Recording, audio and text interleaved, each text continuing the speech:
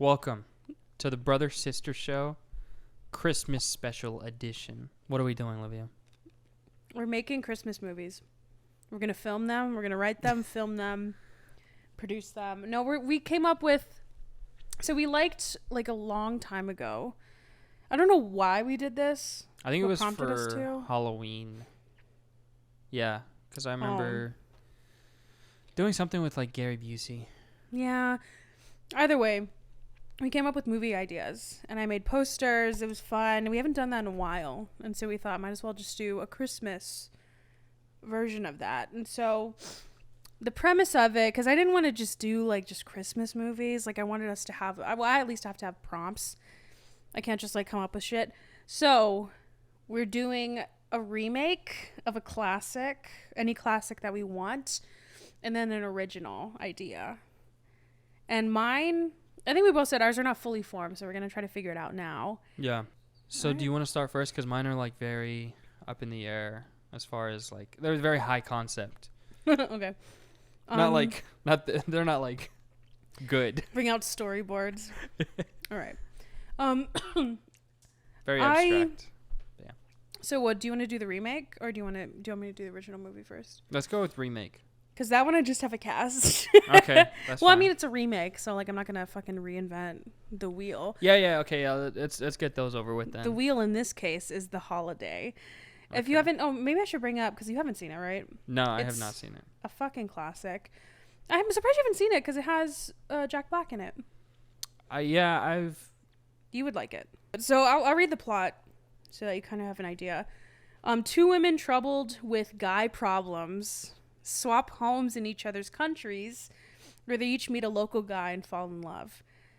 So the women in question are played by Cameron Diaz and Kate Winslet. You know who those are, right? Yeah. Okay. And then the men are Jude Law and Jack Black. That's so who are the couples in that one? So Kate Winslet she's from England. I don't know where, like some small town, like her character. Mm-hmm. And her brother is Jude Law. Oh, okay. And Cameron Diaz works with Jack Black. Okay. So that's kind of how, like when they swap houses, which is like kind of like an outdated thing. I feel like, well, maybe not with Airbnb, but they go to some shady website and just like iChat with each other. And that's how they're like, oh yeah, you can live in my home for a couple of weeks. And Kate Winslet lives in like this cute little like, what would you call it? Like a cottage, basically. Oh yeah. And then Cameron Diaz she edits trailers. That's her job. That's pretty dope. Very good job. And then so she lives in like a super super nice house, and she lives in LA. And so they like Swapperoni. Yeah, I like it. It's like a weird concept, but I really love the movie. Okay, so for the cast, these people, I think some people I put some of their like their not biggest credit, but like a credit that people might recognize them from. But let's start with Kate Winslet, who is the British woman. She would be played by Lolly Adefope. Have you seen Shrill before? No. Well, people have seen Shrill, would know who that is, or you can just look her up. So she would be playing Kate Winslet, the British side of it. Her brother, who in the original is played by Jude Law, would be played by Jonathan Majors. Okay. From Lovecraft Country. He would obviously, I think he's American, right? So he'd have to do an accent. No, yeah, he's American. But I trust him. And so the person that would fall in love with Jonathan Majors, I think he's American. I think he is, would be played by Jodie Comer from Free Guy. Have you seen Free Guy? Yeah, Free Guy in The Last Duel. Yes. I really like her. And She's good. I like her. I want her in more stuff. And I was very proud of this. The role originated by Jack Black will be played by Simu Liu from Shang-Chi. Oh. Because he's very funny. Jack Black is obviously very funny in it. I think he's musically inclined, Simu. I'm not sure. Because, Jack Black plays a composer. He's like a movie composer. Oh, okay. I'm so surprised you have never seen this movie. No, I like the idea, though. Yeah. And I feel like he's very funny. So I feel like he'd be good at that. That's a good cast. Same like countries too? I think Lolly, I think she might be British. I remember her from show having an accent. I think she's British. Would you want it to be in the same setting, like LA? Maybe. I kind of like the idea, like that's why I picked these people, because of like the way the character is, like Cameron Diaz's character. Her whole thing, I feel like I've made this movie up, but her whole thing is that she has never cried. Like, okay. So her dad left or something, and so that was the last time she had cried, and she would never cried after then. This is kind of a spoiler, but you can kind of see it coming from a mile away. But like the reason she knows she wants to be with Jude Law is because when she leaves, she cries, and she starts laughing, and the cab driver's like, "Girl," because that's when she knew she like loved him. I get another spoiler is the fact that you find out Jude Law is. I'm like spoiling this entire movie for you. I think you still enjoy it, but you don't know that Jude Law is Kate Winslet's brother. Oh. And so the way they do it is kind of funny. Like the reveal of it is really funny. Okay. I definitely want to check it out now. That would be interesting to see.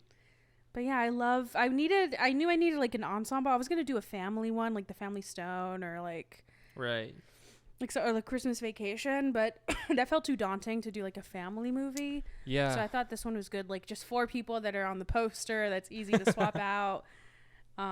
Would you want to change anything with the plot, or you're like, it's pretty solid?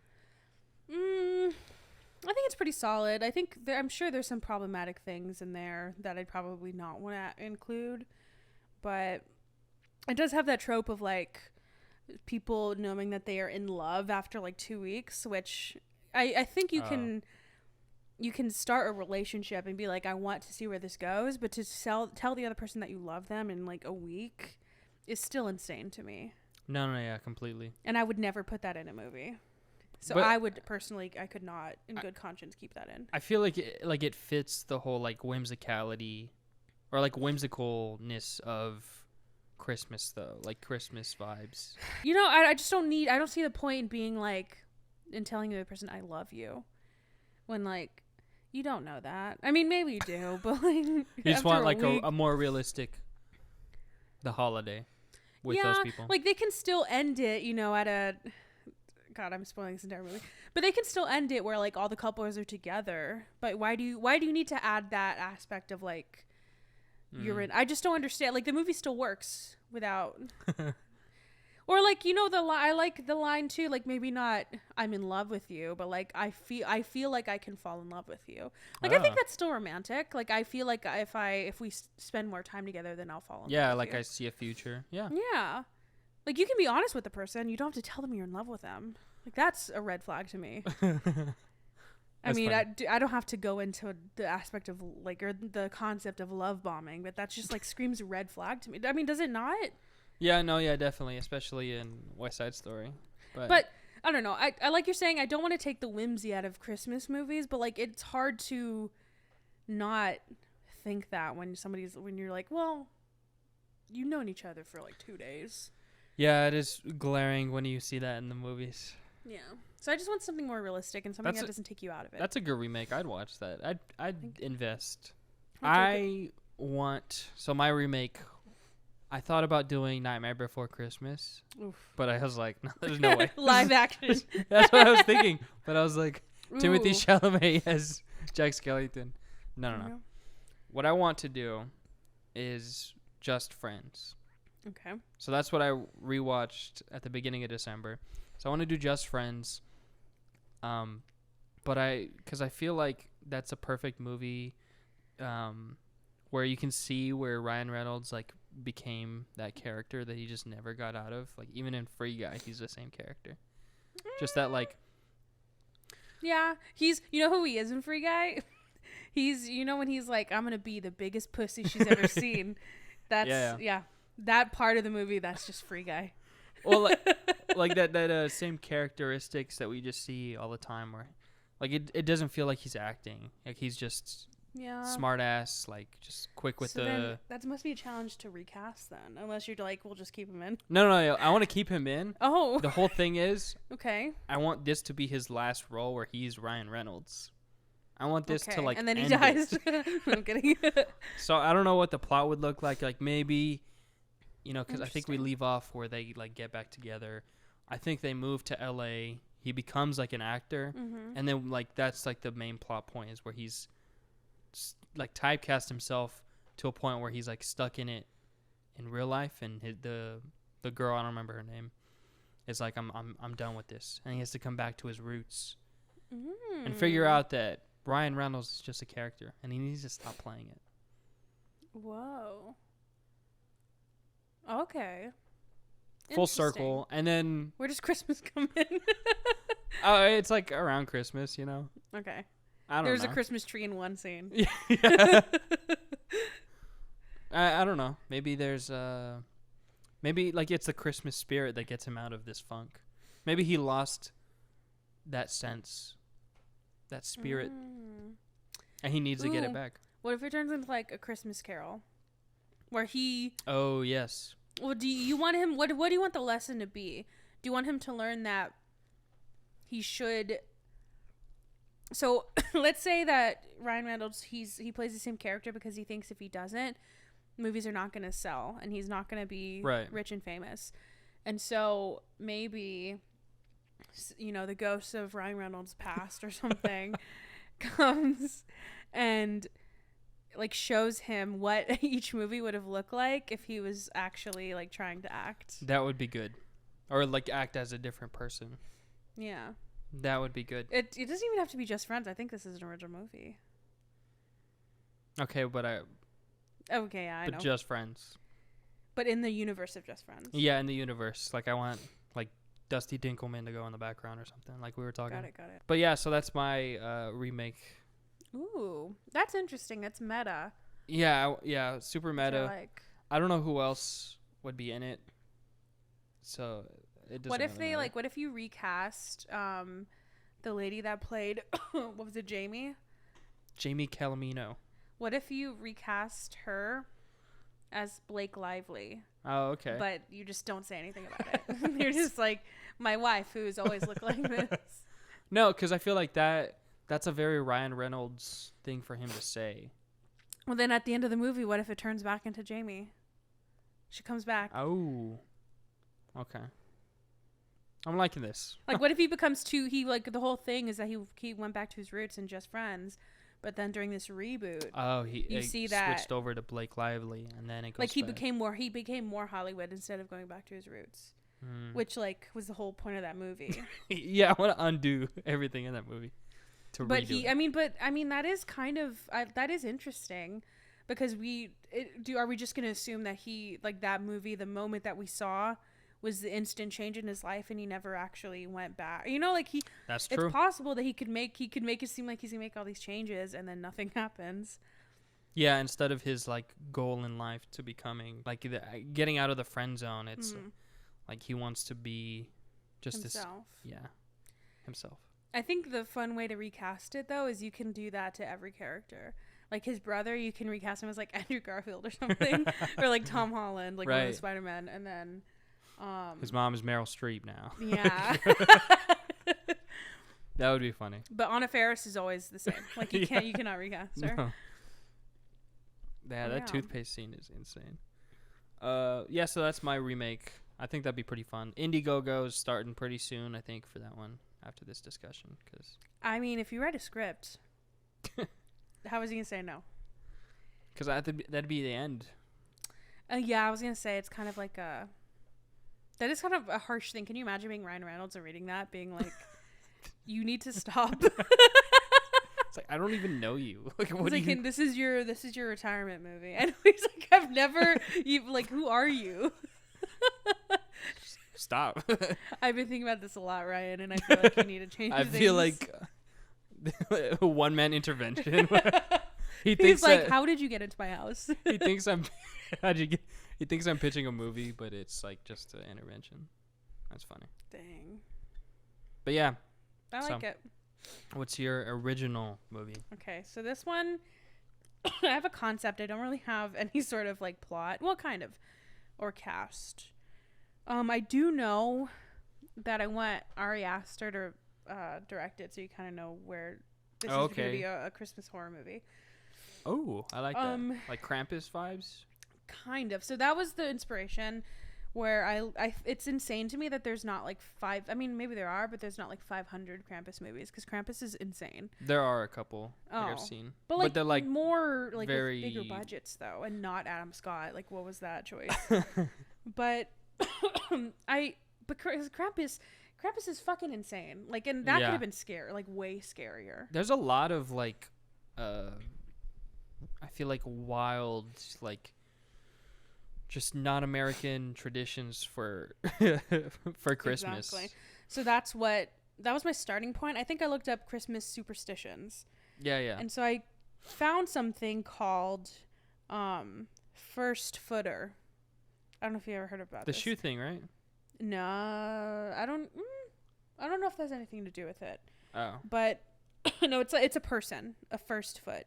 So this is from Wikipedia. In Scottish, Northern English, and Manx folklore, the first foot is the first person to enter the home of a household on New Year's Day. New Year's Day, or a lot of places I saw, they say Christmas too. Mm-hmm. Like Christmas Day. Right. And is seen as the bringer of good fortune for the coming year. Mm. So that's like in general what a first foot is, but let me see.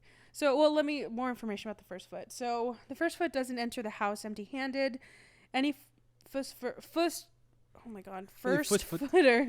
who do arrive empty-handed will bring bad luck with them. Will immediately die. Instead, the first foot should bring a selection of gifts for the household, which can include a silver coin, shortbread, or a black bun, salt, coal, a drink, usually whiskey. They represent prosperity, food, flavor, warmth for the house, and good cheer. The whiskey is used to toast the new year. Okay, so that's kind of like in general what a first foot is. But other things I learned was that the first foot, in some cultures, it's kind of like it's different. There's so many different cultures that they like have different iterations of it. But typically, they all have to be a man. Typical. And I think it's a man with dark hair has to be the first footer. And that means good luck if it's a man with dark hair. Oh, okay. I think, yeah. And for bad luck, it's a woman with red hair. Oh. I think red or blonde hair. But red hair, I think, is more visually appealing. No offense, but yeah, for my movie. So. Okay.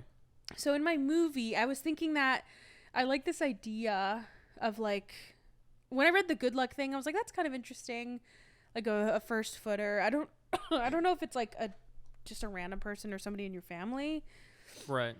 But then when I read about the bad luck thing, I was like, I think you can work with that. So in my movie, it's a family movie. It has to be a family movie because I like Christmas. Not like for families, but like a movie about a family. Right. Those are my favorite. So the family in the center of it would have this tradition of a random man, just like some random person they don't know, entering their home on Christmas morning. The first person, like they all sleep at night, obviously. When they wake up, it's the first person to come to their house, and they come at every time, like every year, same time. Happens. It's the same person, or same person, okay. Same time. And this person's not like a friendly person. It's just somebody that like shows up, doesn't talk, doesn't do anything, just gives them the gifts, and then leaves. For the sake of the tradition. Yeah. Okay. And this has been happening, like, let's say there's like a bunch of generations, but let's say it's like, if it's our family, like it's been happening in our family since like we could remember. Okay. That's kind of important because I feel like the family, like they just thought it was something happened every year, but I think it could turn into like the parents like had some sort of like deal with the devil, kind of like Ready or Not. Right. Okay. So it started with our parents, but for us, it's always happened. Okay. Okay. And so it's kind of normal, and it's kind of like Ready or Not. It's something that when we have significant others, we're like, if you're gonna spend Christmas with us, you have to be with us on Christmas morning. No negotiation, right? Exactly. There's a man coming. And you're like, oh, Santa? No. Yeah. No. And so that's like a weird conversation they have to have I like that. where they're like, you just don't talk to him. We just have to all sit on the couch. Like there's a weird tradition where they have to like either sit on the couch, they have to stand like maybe sit at a table or something. I like that. I like this. I'm imagining like that conversation specifically, like the way Ari Aster lit the like dinner scene, like that with like super weird music. And what would be scary is if they're like only like, well, I was gonna say if nobody could look at them, but how would you know what he looks like? No, you can look at him, but you have to like sit down and be quiet. Like you can't say anything. This is creepy, right? Okay. But during this time, like I think we talk about like maybe it's the first part of the movie is that like one of the siblings has a new significant other, and so they tell them about this and they're like, are you fucking with me? But this year a woman shows up with red hair, and they instantly know something's wrong. And I think maybe she talks to them. Like she's starting. Oh, like she breaks the fourth wall or whatever. Yeah. And everyone's like, oh, shit. They don't know what to do. Toni Collette? Obviously. Or she's the mom. I don't know. Okay. But okay, so from there, what happens? Or is that as that's far all I have so far. So I don't know. I feel like maybe something happened where the tradition was broken, but nobody knows like how. The first thing I thought is like, because they have a list of all the gifts that happen or that they give them, like maybe she does bring them all the gifts, but it comes in like it's like twisted a little bit, like yeah, like a or it's demented. like it's demented, like it could be like Saw, where if it's a silver coin, but it's embedded in somebody's arm, so you have to dig it out of them. Oh, so like I brought the gifts are already here. You wanted headphones. Okay. Not gifts, but like, you know how I had the list of gifts that they give, like a silver coin, bread, okay. Like all of them, they still get them, but it's like fucked up. Like let's say it's the bread, but you have to eat it, and it's like the Dumbledore thing. Dumbledore. Oh, it's like where he's like Harry, in please. he's like in it's pain. Just poison bread. It's like that, or it's poison and it kills them. Because I think the first thing I thought, but maybe it's too dark, is that each item like somehow kills somebody. Like I don't know how the silver coin would kill somebody, but I think it's that. I think they do get the gifts, but it's like, yeah, I do think they get the gifts, but it's not in a way that they want. I don't know how. I don't. The interesting thing is like why, but I feel like we would need to like actually workshop that. But just like straight off their brain, I think like a deal with the devil would be interesting. But I don't know if that's like too like overplayed. Like maybe it's not even the deal with the devil. It's like if I get to deal with Kris Kringle. Right. Or it's like a like if Krampus you don't have or something. Yeah. Or it's yeah, it could be you could do like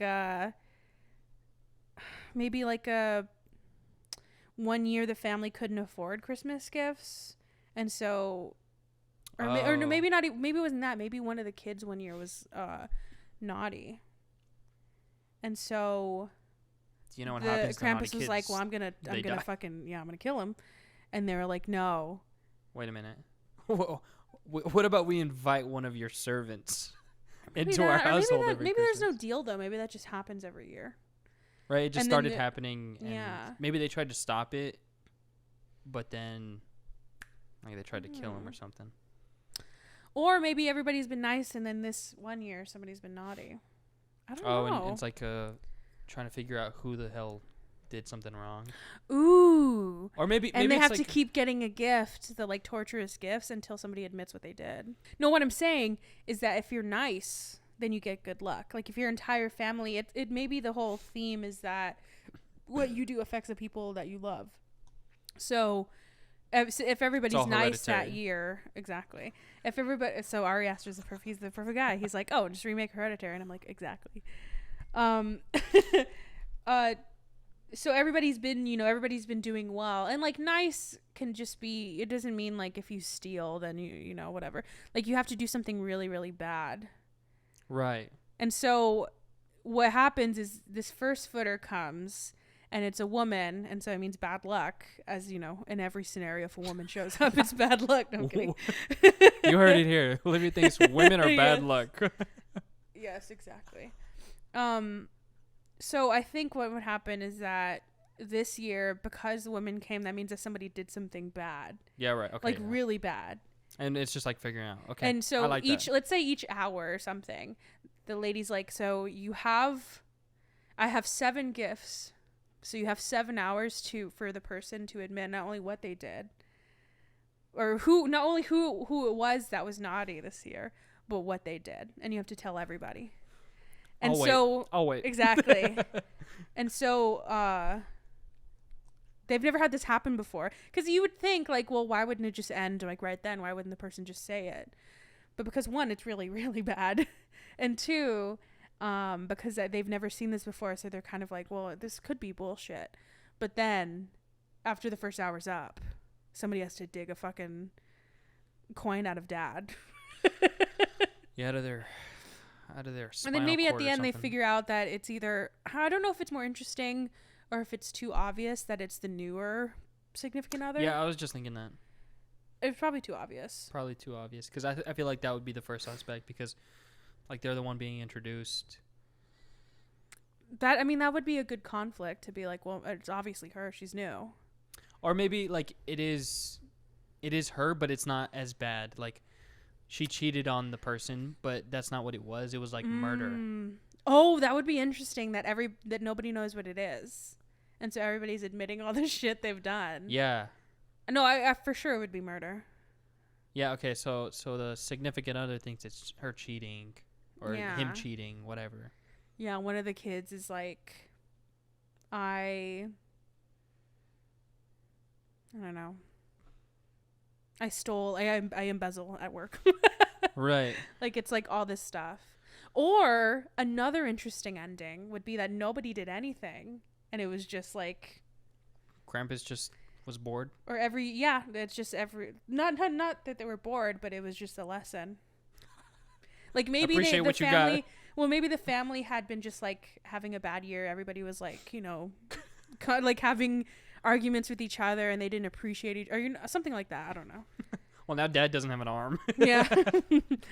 But funny. that's the fucked up thing is that, I mean, it is kind of fucked up that the whole concept of Santa is that he gets to decide who is nice and who's That's true. bad. What a guy. I like this movie. This would be something to watch. So, honestly, let us know what the bad thing would be if, like, for one of the siblings or honestly Ooh. parents to do.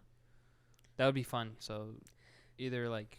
I don't know. I think the interesting ending would be that that the lady was like, oh, nobody did anything. I just wanted to see what you guys would admit.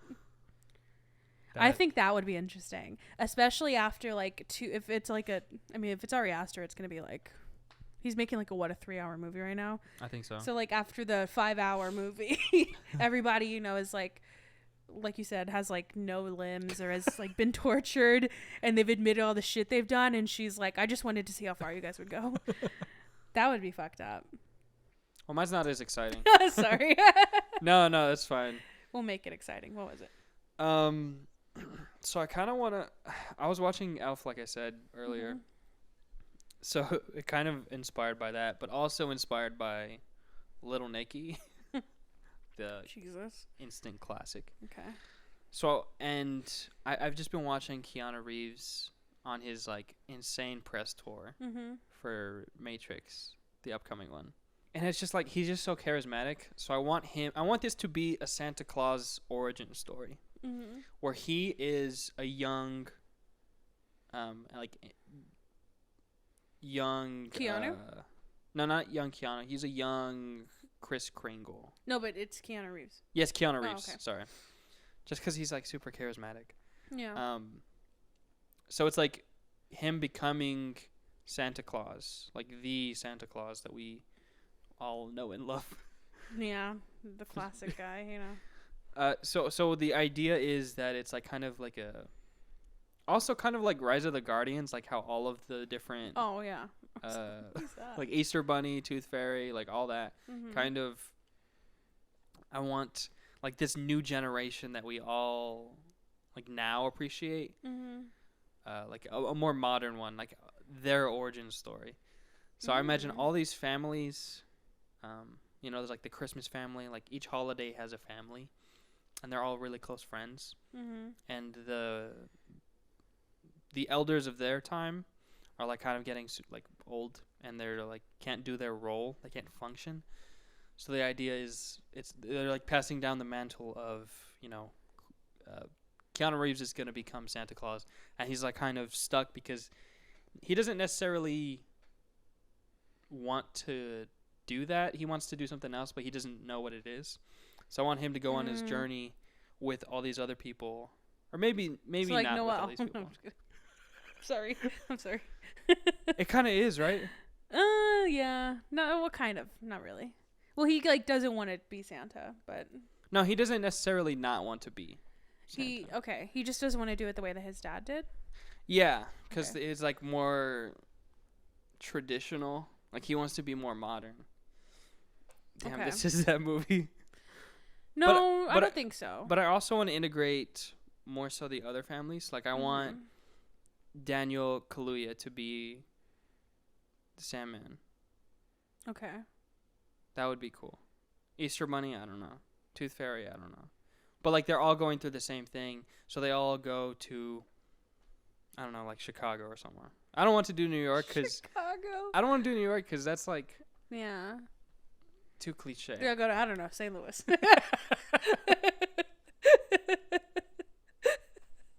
I don't know Biloxi. I don't know. Top of the head, I don't know. Orlando. Tallahassee. Maybe they go to Seattle. Okay. And they just like explore, and then they eventually come to terms with like who they're meant to be, and they're like, I can make this my own. Well, there's like a mix of movies that you're bringing in. So there's like also the Santa Claus, because that's where they bring in. But it's like it's like a different person though, right? Yeah. No, I want it to be like in the family, and it's like no. I'm saying the Santa Claus has like the Easter Bunny and all those people. Yeah. Okay. So I'm saying that aspect, also Nightmare Before Christmas. I'm just saying like it's not just one. It's kind of hard to reinvent Christmas movies. Yeah, for sure. But I think that's an interesting take, especially if you bring in, the families made me think of Harry Potter. I don't know why, but if you bring in like a Voldemort kind of person, like somebody that's doesn't have good intentions. Right. The like a villain, I guess. So like more on like the older generation, like their height was probably like the Industrial Revolution. So like that's what I'm saying. Like they're like old. Yeah.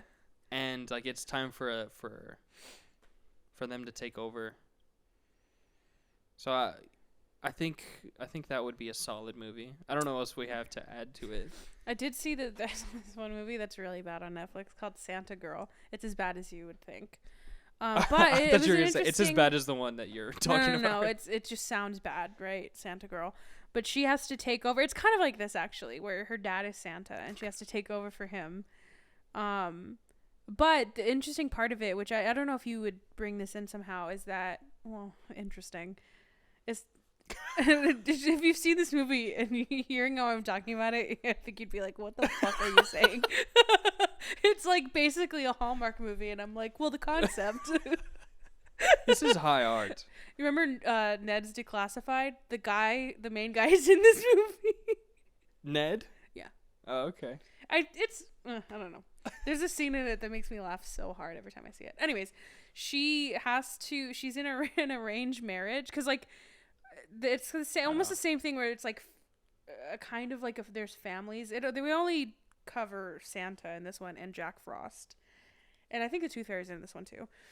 But she is basically like it's all treated as like a business, and she is promised to Jack Frost's family, so she has to marry Jack Frost Jr.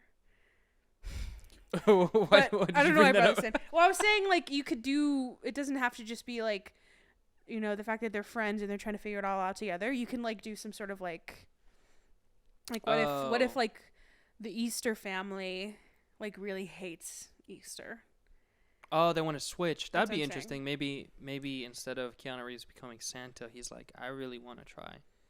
being the Sandman. Yeah. And Mr. Kaluuya is like, well, I kind of want to be Santa. There you go.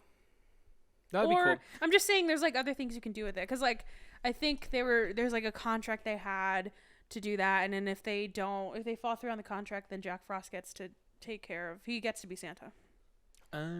So it's I mean that because they took that from fucking Santa Claus. They did it in Santa Claus 3. So like, Yeah.